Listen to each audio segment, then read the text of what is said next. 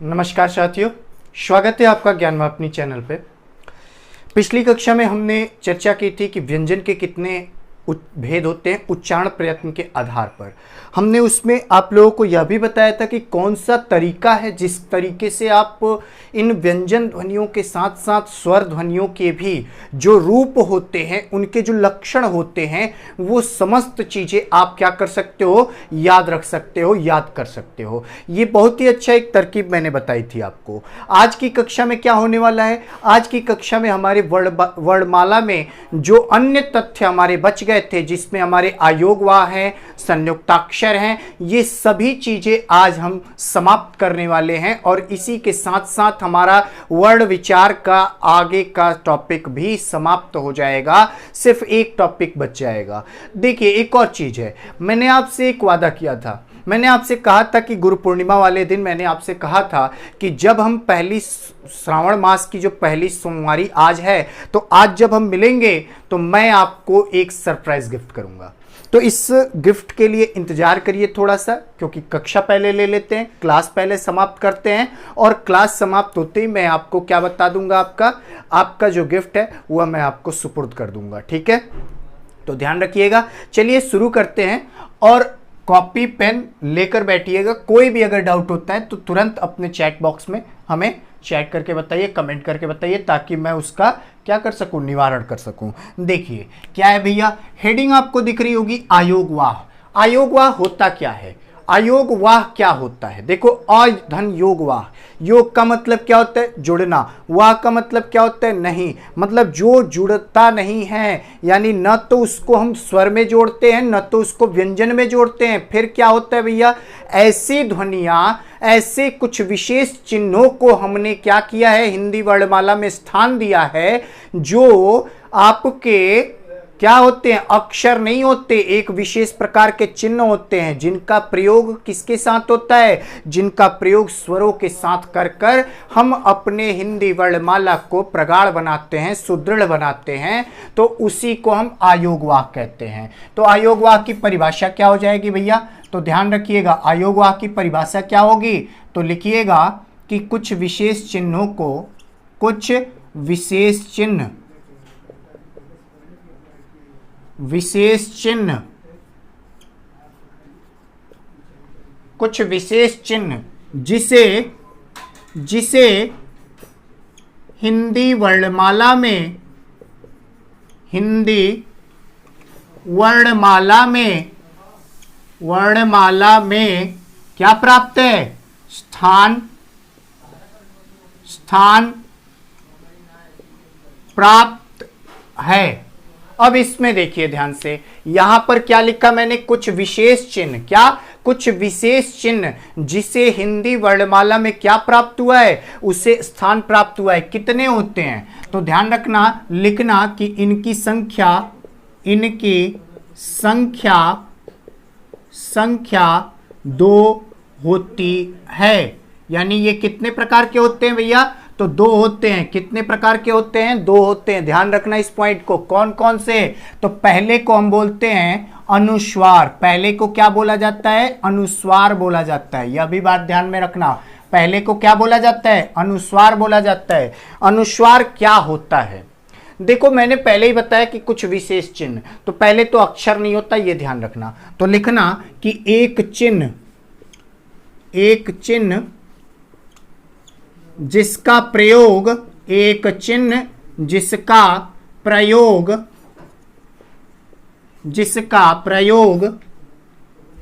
स्वरों के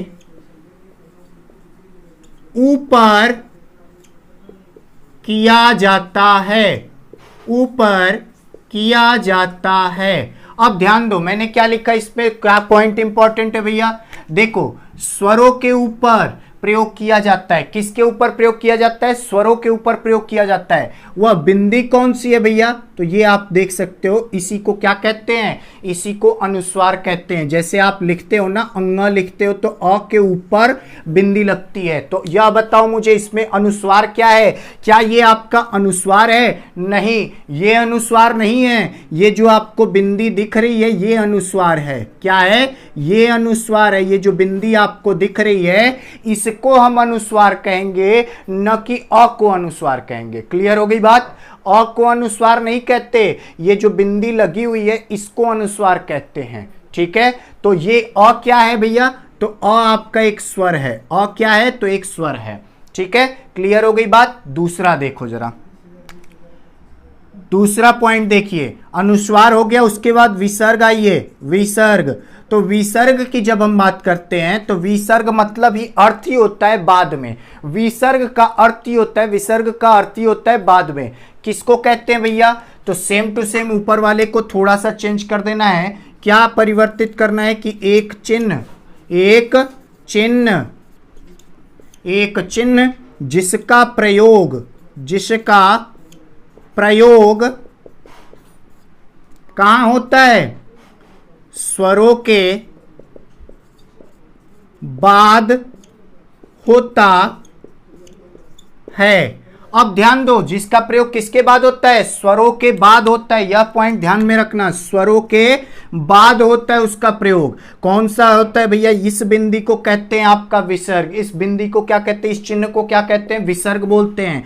कैसे लिखा जाता है? तो ऐसे आपको हिंदी वर्णमाला में मिलता है, अ के रूप में। तो यहां पर ध्यान रखना, यहां पे ये जो आपको दिख रहा है इसको अनुस्वार, इसी को विसर्ग बोलते हैं। इसी बिंदी को क्या बोलते हैं? विसर्ग बोलते हैं। और ये जो आपका अ दिख रहा है ये क्या है भैया? तो ये आपका क्या है? ये आपका स्वर है। तो आप ध्यान रखना, इस पॉइंट से आपको एक चीज क्लियर हो जानी चाहिए कि जो आपके आयोगवाह होते हैं केवल और केवल स्वर के साथ प्रयोग होते हैं। किसके साथ? केवल, केवल स्वरों के साथ प्रयोग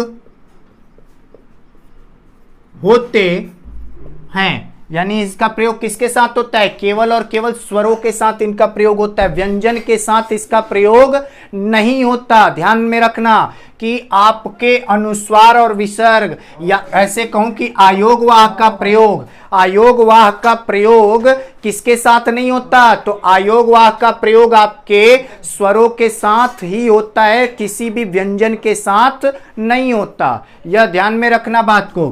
क्या कह रहा हूं मैं? देखो इसको, एक पॉइंट यहां पे देखो ध्यान से। मैं लिख रहा हूं, मान लो मैंने लिखा कंग, तो कंग में यह बताओ कि ये जो अनुस्वार लगा हुआ है ये अनुस्वार क पे लगा हुआ है कि अ पे लगा हुआ है? जब इसका वर्ण विच्छेद करोगे, वर्ण विन्यास करोगे, तो आपको यह प्राप्त होगा, ऐसे प्राप्त होगा कि क के नीचे हलंत दे दो, फिर अ लिखो और अ पे आप ये बिंदी दोगे, ये सिंबल दोगे। तो ये ध्यान रखना, ये किस पे लगा हुआ है? ये आपके किस पे लगा हुआ है? तो ये आपके लगा हुआ है आयोगवाह पे। किस पे लगा हुआ है? आयोगवाह पे, स्वर पे लगा हुआ है। ये आयोगवाह जो प्रयोग किया गया है किस पे किया गया है? स्वर पे किया गया है। क्लियर हो गई बात? अगला देखो, जैसे मान लो आप संस्कृत में लिखते हो हरि, तो ये बताओ हरि जो लिखते हो आप, इसमें ये जो अ की आप देख रहे हो, ये जो विसर्ग लगा हुआ है, यह विसर्ग र पे है कि ई पे है? तो जब आप खंड करोगे तो कैसे करोगे? ह अ प्लस र प्लस ई, और इस पे ऐसे लगा हुआ है। तो ये जो बिंदी लगी हुई है ये ई पे लगी हुई है। तो कहां पे लगा? ई क्या है? एक स्वर है। तो ध्यान रखना कि आयोगवाह का प्रयोग हमेशा स्वरों के साथ होता है। क्लियर हो गई बात? अगला पॉइंट देखिए, चलिए अगला विषय बताते हैं। अगला पॉइंट नोट कीजिएगा, संयुक्ताक्षर के बारे में हमें बात करनी है। किसके बारे में बात करनी है? संयुक्ताक्षर।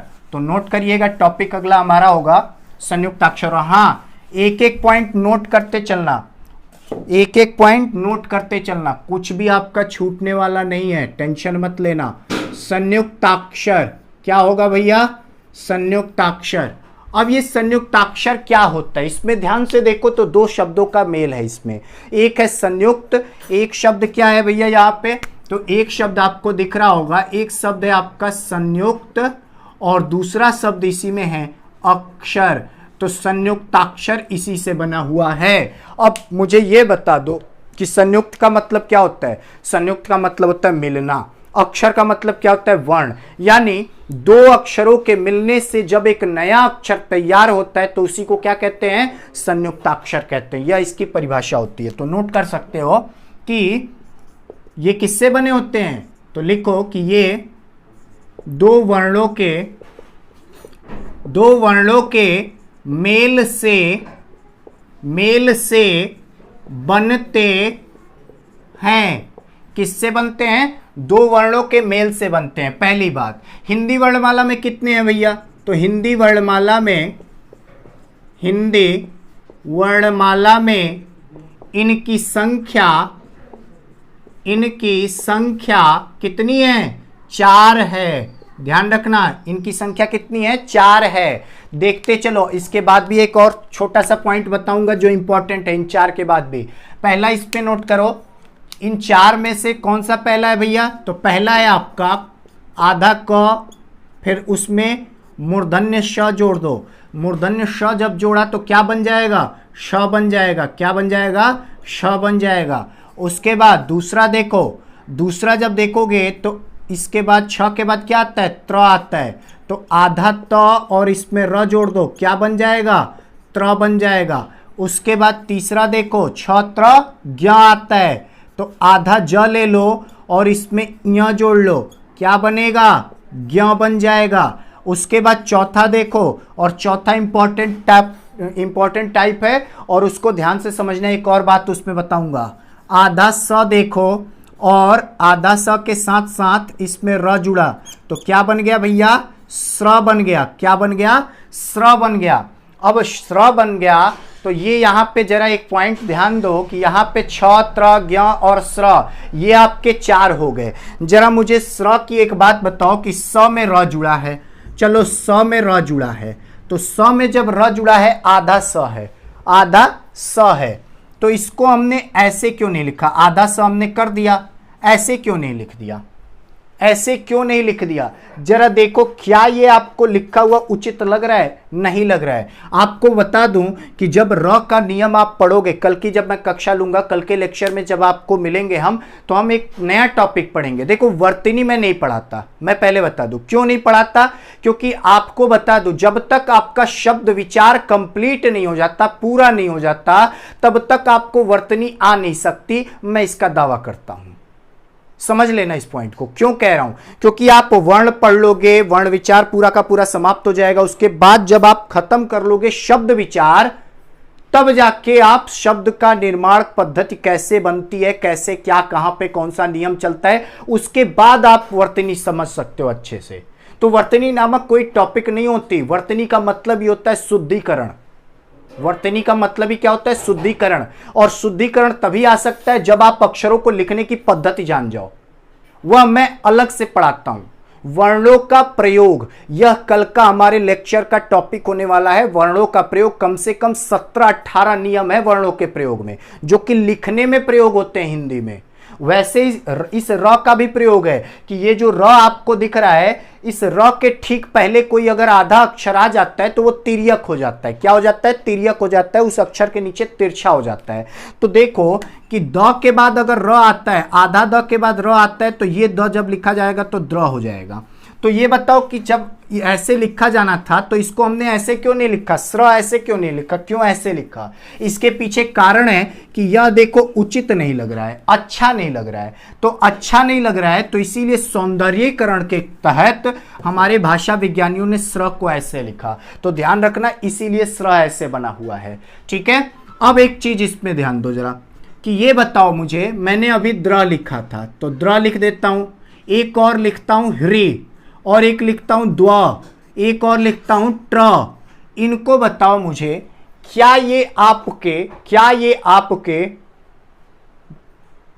ये चारों के चारों जो मैं लिखा हूं, क्या ये आपके संयुक्ताक्षर होंगे या फिर नहीं होंगे? ध्यान से देख के बताना।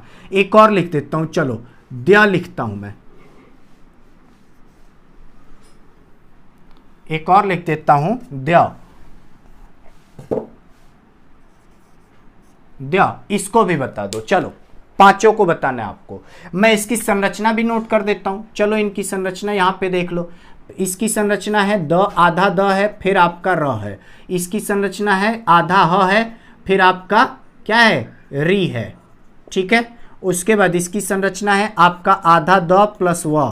इसकी संरचना है आधा ट आधा ट है आपका प्लस आपका र है। इसकी संरचना देख लो, इसकी संरचना है आधा द है प्लस य है।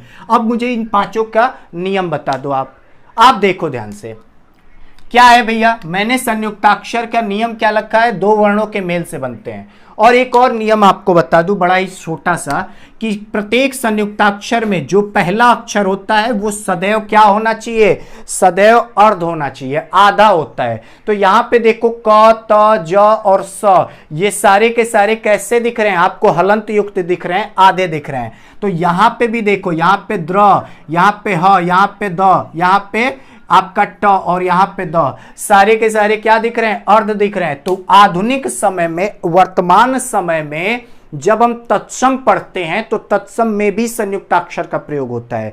तो वैसे नियम के अकॉर्डिंग इस संयुक्ताक्षर को भी मान्यता प्रदान है। लेकिन वर्णमाला में केवल 4 ही संयुक्ताक्षरों का जिक्र है, यह ध्यान रखना। ठीक है, बात क्लियर हो गई, संयुक्ताक्षर समझ में आ गई दोनों तरीके वाली। अगर ऐसे भी दिए जाएं और पूछे जाएं कि क्या यह संयुक्ताक्षर है, तो जी हाँ, ये संयुक्ताक्षर कहलाएंगे। क्यों कहलाएंगे, क्योंकि ये दो अक्षरों से मिलकर बने हुए शब्द अक्षर हैं। क्लियर हो गई बात।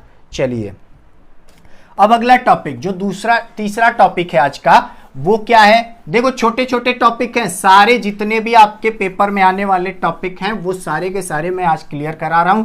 अब देखो महत्वपूर्ण कुछ ऐसे टॉपिक बचे हुए हैं जो कि आपके व्याकरणिक विभाग से देखा जाए तो उनकी औचित्यता कुछ नहीं है, यानी उनकी अनिवार्यता नहीं है, लेकिन आपके प्रतियोगिता में, आपके परीक्षाओं में उससे प्रश्न बनने शुरू हो चुके हैं।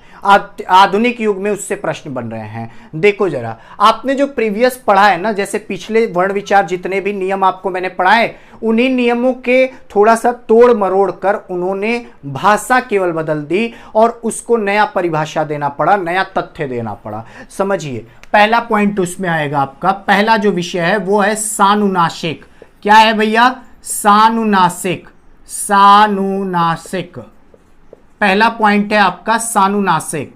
अब ये सानुनासिक क्या होता है, तो सानुनासिक कहते हैं हम, सानुनासिक कहते हैं जब इसका खंड करोगे तो ध्यान से देखो, खंड करने पर क्या आपको मिलेगा, इसमें स है प्लस अनुनासिक है। क्या है, स है प्लस अनुनासिक है। ये दो शब्द हैं। अनुनासिक का मतलब क्या होता है आपको पता है, कि जो वर्ण, जिन वर्णों को बोलने में नाक और मुंह दोनों की जरूरत पड़ती है, दोनों से समान मात्रा में हवा का प्रवाह होता है, वैसे वर्णों को हम अनुनासिक बोलते हैं। और स उपसर्ग लगा हुआ है, तो स क्या होता है भैया, स का अर्थ होता है सहित, यानी जिनमें अनुनासिकता का गुण होता है उसको हम सानुनासिक कहते हैं। क्या बोलते हैं उसको, सानुनासिक होते हैं। कौन कौन से अक्षर हैं भैया सानुनासिक हिंदी में, तो सबसे पहले अनुनासिक में जो मैंने 5 बताए थे उनको नोट कर लो। जो पंचमाक्षर बताए थे, अंग, इय, ण, न और म, पहले इन 5 को नोट कर लो। उसके बाद अनुस्वार मैंने आपको बताया है, तो ये आप देखो अनुस्वार ऐसे प्रयोग होता है। अब ये अनुस्वार दूसरे रूप में चंद्रबिंदु के रूप में भी प्रयोग होता है। और ये देखो ध्यान रखना कि ये अनुस्वार कहाँ पे चंद्रबिंदी हो जाता है, कहाँ पे केवल बिंदी में प्रयोग होता है। यह भी कल मैं आपको, कल की कक्षा जब आप लोगे तो उसमें यह भी पॉइंट मिलेगा आपको कि कहाँ पे ऐसे लिख देते हैं अंक, और कहाँ पे आप इसको ऐसे लिखोगे कि आंख, कहाँ पे ऐसे लिखोगे और कहाँ पे ऐसे लिखोगे। क्या ये सही है या फिर आपका ये सही है, दोनों में कौन सा सही है यह भी मैं कल आपसे जिक्र करूंगा और पूछूंगा। ठीक है, तो ध्यान रखना, कल का टॉपिक बहुत ही महत्वपूर्ण होने वाला है। आज का टॉपिक जो है, आज का टॉपिक तो खिलवाड़ है कल के मामले में, सच बताऊं तो। लेकिन आज का टॉपिक क्यों इंपॉर्टेंट है, क्योंकि इसमें कुछ टर्म्स ऐसे हैं जो आप पहली बार जानोगे। देखो सानुनासिक में एक और आता है, आप अ बोलते हो, अ, जैसे डॉक्टर जब आप बोलते हो डॉक्टर, ठीक है, तो जब डॉक्टर बोलते हो तो ये जो अ है इसमें आपके नाक का भी क्या आ जाता है, नाक का भी क्या आ जाता है, प्रयोग हो जाता है। तो इसको अर्धचंद्र बोलते हैं। तो अर्धचंद्र कब हो जाता है वह भी मैं कल बताऊंगा, ध्यान रखना। आगे देखो, दूसरा जो इसी से रिलेटेड एक टर्म है, दूसरा पॉइंट क्या है भैया, निरनुनासिक। क्या बोलते हैं उसको, निरनुनासिक। निरनुनासिक उसको बोलते हैं निर्नुनासिक। अब निर्नुनासिक क्या होता है भैया, तो ध्यान देना कि निर्नुनासिक का भी खंड कर लो, उसके बाद यह आप स्पष्ट समझ जाओगे। देखो इसमें निर शब्द है, निर शब्द है, और उसके बाद इसमें अनुनासिक जुड़ा हुआ है। क्या जुड़ा हुआ है, अनुनासिक जुड़ा हुआ है। जब इसको देखोगे तो निर का मतलब क्या होता है, निर का मतलब नहीं, और अनुनासिक तो आपको बता ही दिया हूं कि जिनमें नाक और मुंह का दोनों का प्रयोग होता है। यानी ऐसे अक्षर जो अनुनासिक नहीं है उनको हम निर्नुनासिक बोलते हैं। तो आपके सामने ये आपके अनुनासिक हैं और बाकी जो बच गए उनको आप निर्नुनासिक बोल दो। तो कौन कौन से हो जाएंगे, मान लो आपके सामने क लिख दिया, तो क क्या है, अनुनासिक है कि निर्नुनासिक है, तो आप देखोगे कि इसको बोलने में नाक का प्रयोग नहीं हो रहा है, तो ये क्या है, निर्नुनासिक है। उसके बाद क हो जाएगा, ख हो जाएगा, आपका अ हो जाएगा, ब हो जाएगा। ये सारे के सारे अक्षर जो मैं लिख रहा हूं ये क्या हैं, ये समस्त अक्षर आपके निर्नुनासिक हैं, यानी ये स्वतंत्र रूप से बोले जाते हैं, इनमें नाक की जरूरत नहीं होती। अगला टर्म देखो, ये दो तो मैंने आपको बता दिए। अगला पॉइंट देखो, तीसरा पॉइंट क्या है, एक आपसे पूछा जाता है, ध्यान रखना, एक आपसे पूछा जाता है द्वितीय व्यंजन। क्या पूछा जाता है, द्वित्व, द्वित्व, द्वित्व व्यंजन। ध्यान रखना कुछ भी छूटने वाला नहीं है यहां पे आपका, ऐसा मत सोच लेना कि सर कुछ छूट गया, तो कुछ भी नहीं छूटेगा हिंदी व्याकरण का, मैं आपको दावा करता हूं इस बात के लिए।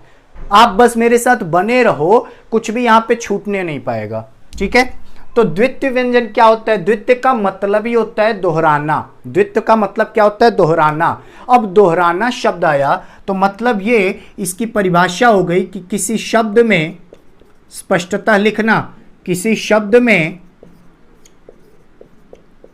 कोई अक्षर, कोई वर्ण या फिर अक्षर लगातार दो बार प्रयोग हुआ हो, दो बार प्रयोग हुआ हो, तथा एक कंडीशन भी है। क्या कंडीशन है वो देखो, तथा प्रथम प्रयोग आधा हुआ हो। कैसा हुआ हो भैया, आधा या फिर अर्ध हुआ हो। अब ध्यान दो, यहां पे मैंने एक टर्म भी लिख दिया। पहले तो दो बार प्रयोग होना चाहिए, और दूसरा जो पहला प्रयोग है वो कैसा होना चाहिए, आधा होना चाहिए। दो शब्द लिखता हूं, दोनों में ध्यान से देख के बताना कि ऊपर वाले नियम को कौन सेटिस्फाइड कर रहा है। पहला शब्द आपका है कच्चा, कच्चा, और दूसरा शब्द आपका है काका। इन दोनों में मुझे बताओ कि कच्चा शब्द आपका इसको सेटिस्फाइड कर रहा है या फिर काका शब्द, दोनों में कौन सा होगा द्वितीय व्यंजन। तो आप ध्यान से देखोगे तो आपको दिख जाएगा कि यहां पर च वर्ण का दो बार प्रयोग हुआ है, और पहला जो प्रयोग हुआ है वो कैसा है, आधा प्रयोग है। तो इस नियम पे ये पूरा का पूरा क्या है, सेटिस्फाइड कर रहा है। तो ये क्या हो जाएगा, ये आपका द्वितीय व्यंजन हो जाएगा। इस च को क्या बोलोगे, द्वितीय व्यंजन बोलोगे। लेकिन ये बताओ, काका में क दो बार प्रयोग हुआ है, और दो बार जब प्रयोग हुआ है तो यहां पे एक और चीज देखो कि इसके साथ मात्राएं जो हैं वो भी दो बार प्रयोग हुई हैं। और वही नहीं, ये पूर्णाक्षर है, तो क्या इसको हम द्वितीय बोलेंगे। जैसे काका बोलते हो, पापा बोलते हो, चाचा, मामा, ये सारी चीजें जो आप बोलते हो, क्या ये द्वितीय व्यंजन कहलाएंगे। जैसे मामी बोलते हो, मामी, तो वहां पर क्या होता है, अनुकरणात्मक अक्षर होता है। क्या बोलते हैं उसको, अनुकरणात्मक अक्षर या फिर अनुकरणात्मक वर्ण। क्या बोलते हैं उसको, अनुकरणात्मक, अनुकरणात्मक। ध्यान रखना इस पॉइंट को कि उसको क्या बोला जाता है, अनुकरणात्मक। अनुकरणात्मक का मतलब होता है फॉलो करना, पीछे लगना, इसी बात को अनुकरण कहते हैं, अनुकरणात्मक कहते हैं। तो काका शब्द अगर लिखा गया तो काका का अर्थ क्या होगा, अनुकरण करना, अनुकरण करना। तो यहां पर काका कौन सा शब्द हो जाएगा, अनुकरणात्मक शब्द हो जाएगा। क्लियर हो गई बात। अब आगे देखिए, चौथा पॉइंट मैं बता रहा हूं, ध्यान से उसको समझना। चौथा पॉइंट और आज का अंतिम पॉइंट भी है, ध्यान रखना, आज का अंतिम पॉइंट है, तो इसीलिए बने रहना, क्योंकि आज उसके बाद आपको मैं सरप्राइज गिफ्ट करने वाला हूं। कौन सा गिफ्ट है भैया, तो थोड़े देर वेट कर लो। चौथा पॉइंट लिख लो, चौथा पॉइंट लिखो गृहीत। क्या होता है, गृहीत या फिर आगत, गृहीत या फिर आगत व्यंजन। अब देखो गृहीत वर्ण या फिर आगत वर्ण किसको कहते हैं, समझो जरा इस चीज को। गृहीत का मतलब होता है ग्रहण किया हुआ, आगत का मतलब होता है आया हुआ। यानी अगर कहीं दूसरी भाषा के अक्षर जो वर्णमालाएं हैं उन वर्णमालाओं में से हमने कुछ वर्ण चुरा लिए, कुछ वर्ण अपनी भाषा में प्रयोग कर लिए, तो उसी को हम क्या कहते हैं, गृहीत वर्ण कहते हैं। कौन कौन से, तो यहां पर आप सिर्फ इतना लिख लो, दूसरी भाषा के वर्ण, दूसरी भाषा के वर्ण, ठीक है, गृहीत कहलाते हैं। दूसरी भाषा के वर्ण क्या कहलाते हैं, गृहीत कहलाते हैं। कौन कौन से होते हैं भैया, तो देखो जरा, एक लिखना, क लिखना जरा, और क के नीचे ये बिंदी लगा दो। अब ये बताओ कि क के नीचे जब बिंदी लगा दिया तो ये क्या हो गया, आगत हो गया कि नहीं हो गया। तो ध्यान रखना, मैंने आपको वर्ण विचार में एक जगह बताया था कि ये जो नुक्ता लग जाता है, अगर ये, इसको क्या बोलते हैं, नुक्ता बोलते हैं। इस बिंदु को क्या बोलते हैं, नुक्ता बोलते हैं। अगर किसी भी हिंदी वर्णमाला के अक्षर के नीचे आप नुक्ता लगाकर प्रयोग करते हो तो वो जो अक्षर है वो कहां पे चला जाता है, वो आपके फारसी भाषा में चला जाता है। किस भाषा में चला जाता है, फारसी भाषा में चला जाता है। ये पॉइंट ध्यान में रखना। तो ये फारसी भाषा का हो जाएगा। और इसको बोलोगे कैसे, तो थोड़ी खरज के साथ बोलोगे। कैसे, क बोलते हैं, करीम होता है, करीम नहीं होता, क नहीं होता, क होता है, ठीक है। उसके बाद इसी का दूसरा हो जाएगा, क के बाद आप ख का भी प्रयोग करते हो। किसका प्रयोग, ख का प्रयोग करते हो, तो ख हो जाएगा, घ हो जाएगा, घ के बाद आप ज का प्रयोग करते हो, ज के बाद आप फ का प्रयोग करते हो, फ के बाद आप एक और प्रयोग देख लो, वह जो होता है वह भी फारसी भाषा का ही अक्षर है। इस बात को ध्यान रखना। इसको कैसे बोलते हैं, वह बोलते हैं, ठीक है। उसके बाद एक और नोट कर लेना, ये अ किसका है भैया, तो ये अ जो है ये अंग्रेजी का है। तो नोट कर सकते हो आप कि ये अ जो है ये किसका है, अंग्रेजी का है। तो अंग्रेजी इसमें नोट कर लो। और ये सारे किसके हैं, तो ये सारे आपके फारसी के हैं। किसके हैं, फारसी के हैं। तो इतनी बातें क्लियर हुई कि गृहीत किसको कहते हैं, आगत किसको कहते हैं। आपके मैंने यह भी बता दिया कि निनुनासिक क्या होता है, सानुनासिक क्या होता है। ये सारे टर्म मैंने आपको बता दिए। कल जब हम मिलेंगे तो कल हम क्या सीखेंगे भैया, कल हम सीखेंगे कि वर्णों का जो प्रयोग है, कहाँ पे आपका अंग की मात्रा, कहाँ पे अनुस्वार बिंदी के रूप में होगा, कहाँ पे अनुस्वार चंद्र बिंदु के रूप में होगा, कहाँ पे अर्धचंद्र होगा, कहाँ पे आपका जो पंचमाक्षर लिखा जाता है वो पंचमाक्षर कहाँ पे पूरा लिखा जाएगा, कहाँ पे उसका प्रयोग अलग होगा। ये सारी बातें हम कब करेंगे, कल की लेक्चर में करेंगे। ध्यान से उसको समझिएगा। अब देखिए सरप्राइज की बात हम कर लेते हैं, क्योंकि बेसब्री होगी आपके अंदर, तो बात कर लेते हैं, नहीं तो फिर टाइम निकल जाएगा। देखिए आप तैयारी करते हो हिंदी विषय के अंतर्गत, जब आप देखते हो तो हिंदी विषय छोटा मोटा तो है नहीं। आप अगर आपके मित्र होंगे, आपके घर में होंगे, आप स्वयं भी यूपीएससी की या फिर यूपीपीएससी की तैयारी कर रहे होंगे, तो आप एक चीज ध्यान रखना, उसके जो मेंस के पेपर होते हैं, तो मेंस के जब आप पेपर देने जाते हो, परीक्षाएं देने जाते हो, तो उसमें ऑप्शनल सब्जेक्ट का भी पेपर होता है, वैकल्पिक विषय का भी पेपर होता है, प्रश्न पत्र आता है। आपको मैं जो उपहार देने वाला हूं उसी वैकल्पिक विषय से संबंधित है। क्या है, तो आप बड़ा ही ध्यान समझ लेना कि आपके लिए 1 अगस्त से आपके यूपीएससी का जो हिंदी साहित्य का वैकल्पिक विषय आप लेकर पढ़ाई कर रहे हो, तो उसकी क्लासेस आपको इस चैनल पे प्रोवाइड होने वाली है, मिलने वाली हैं, वो भी फ्री ऑफ कॉस्ट। और कौन देने वाला है, मैं नहीं दूंगा, टेंशन मत लो, यह मत सोच लेना, ठीक है। क्यों, क्योंकि मेरी व्याकरण पोर्शन चलती है, मैं व्याकरण पढ़ाने का, मैं व्याकरण का अध्यापक हूं, मैं साहित्य का अध्यापक नहीं हूं। यह बात ध्यान रखना।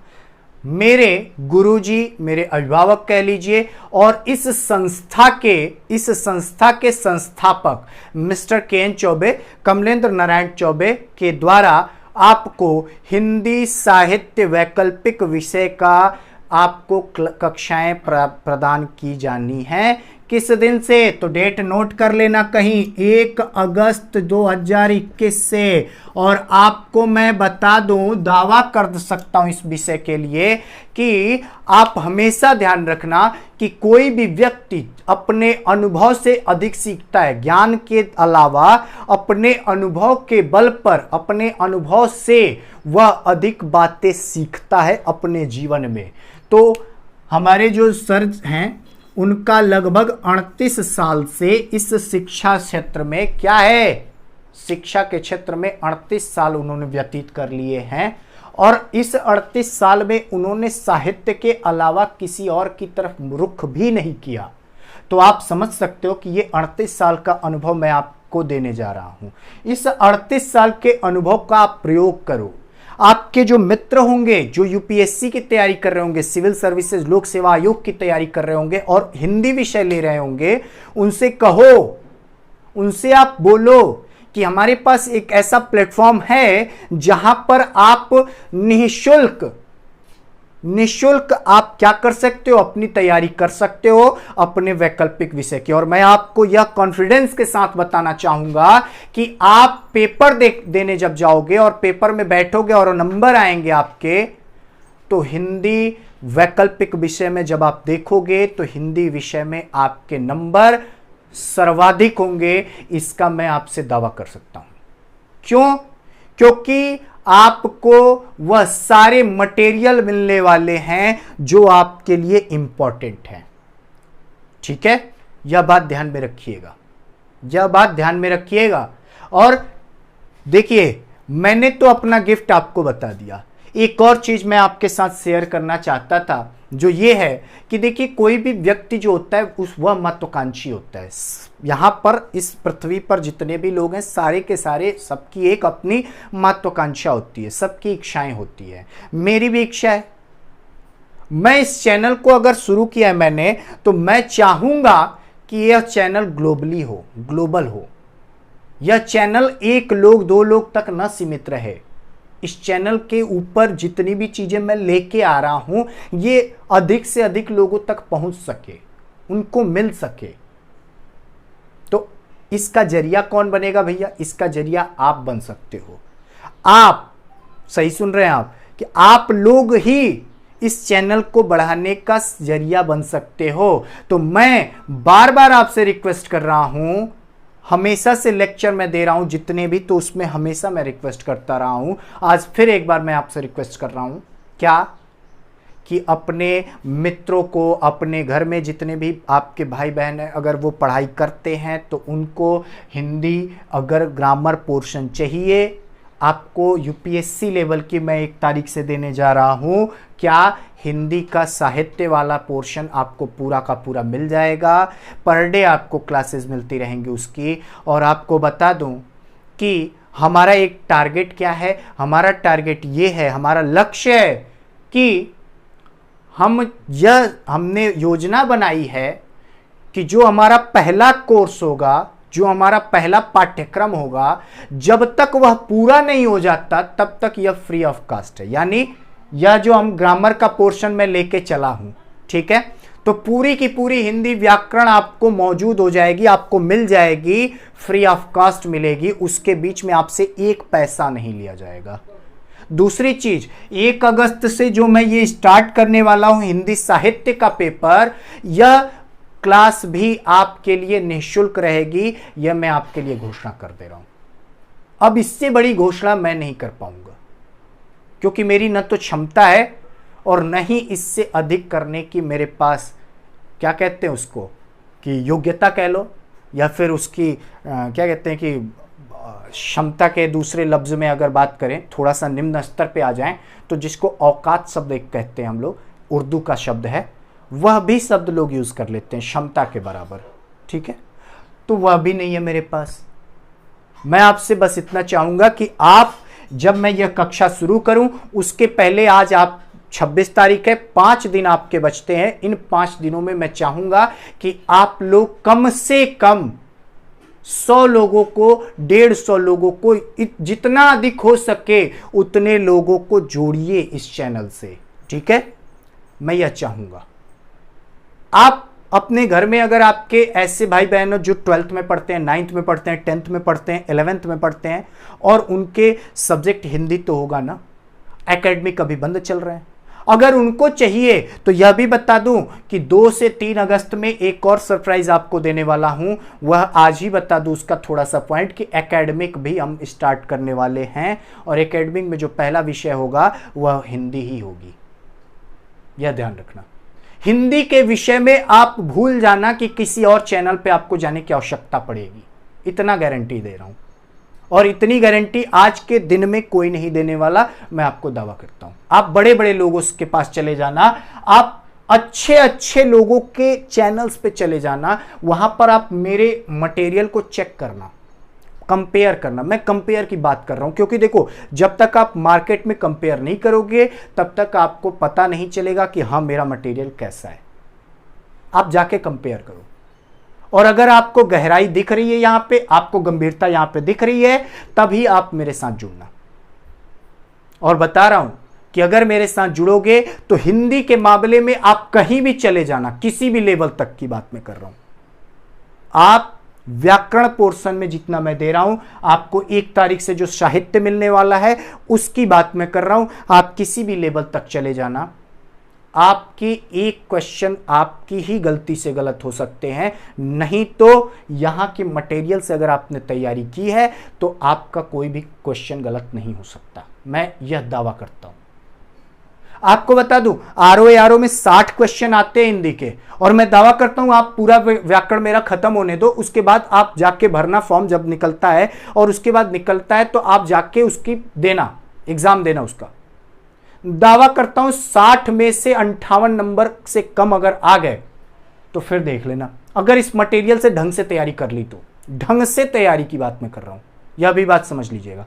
प्रैक्टिस भी करनी पड़ेगी और बहुत जल्दी आपको प्रैक्टिस सेशन भी मिलने वाला है यहां पे। तो सारी चीजें हैं मेरे पास, मैं सब कुछ लाने वाला हूं, लेकिन सब कुछ लाने से पहले मेरी भी कुछ इच्छाएं होती हैं। मैं भी एक महत्वाकांक्षी व्यक्ति हूं। तो मैं चाहूंगा, आज सोमवारी का दिन है, श्रावण मास की पहली सोमवारी, बहुत ही अच्छा दिन है, इसलिए मैंने यह बातें आप लोगों के समक्ष रखी। मैं चाहूंगा कि 1 तारीख से पहले पहले हमारे चैनल पर लगभग 150-200 लोगों का एक ग्रुप तैयार हो जाए, ताकि हम क्या कर सके, अच्छे से पढ़ाई कर सकें। और आप देखो, आप कहीं भी जाओगे ना, कुछ लोग हैं, जैसे इस समय एक ट्रेंड चल रहा है, बहुत ही अच्छा प्रचलन है यूट्यूब पे, आप बड़ा ही अच्छा जानते होंगे कि जो फ्री क्लासेस देते हैं उनका मटेरियल अच्छा नहीं होता। जो फ्री क्लासेस देते हैं उनका मटेरियल अच्छा नहीं होता, ये प्रचलन में है और विद्यार्थियों के मन में बैठा हुआ है। ये बात मैं आपको क्लियर बता दूं कि भैया बिना पैसे वाली अगर क्लास मैं करूंगा तो वहां पर कुछ ना कुछ कमी रह जाएगी। उनके मन में ये बात आती है।